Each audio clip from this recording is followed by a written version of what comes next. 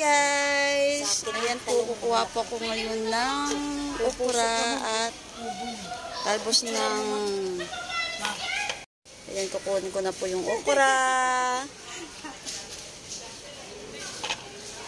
Ayan, dalawa na po siya. Tapos kukuha ko ng alugbati. Ayan na po guys.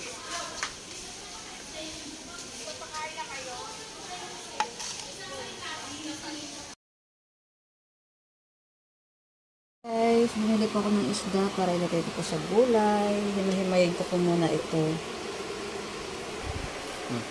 Himay ko ang malunggay para ilagay ko sa gulay. Ito na po yung malunggay na kinuha ko kanina sa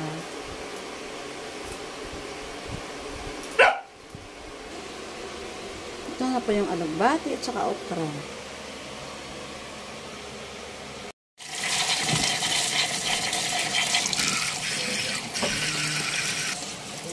Pasan ko lang yung alugbati.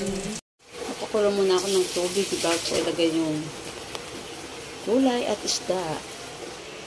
Ilagay ko na rin yung kamatis at sibuyas.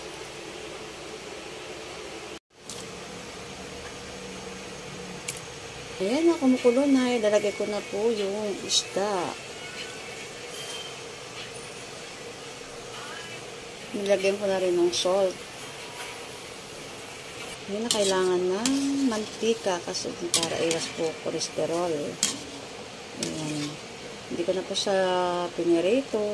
Piniritso ko na lang po sa ayan guys, ilagay ko na po yung 2 pirasong okra. Hiniwa-hiwa ko lang po siya guys. Nilagyan ko na rin ng sili. At nilagay ko na rin yung malunggay na hinimay-himay ko.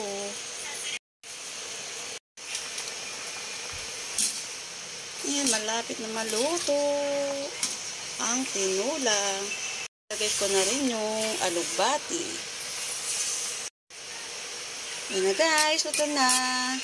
Kakain na tayo. Titikman ko na rin kung tama yung lasa.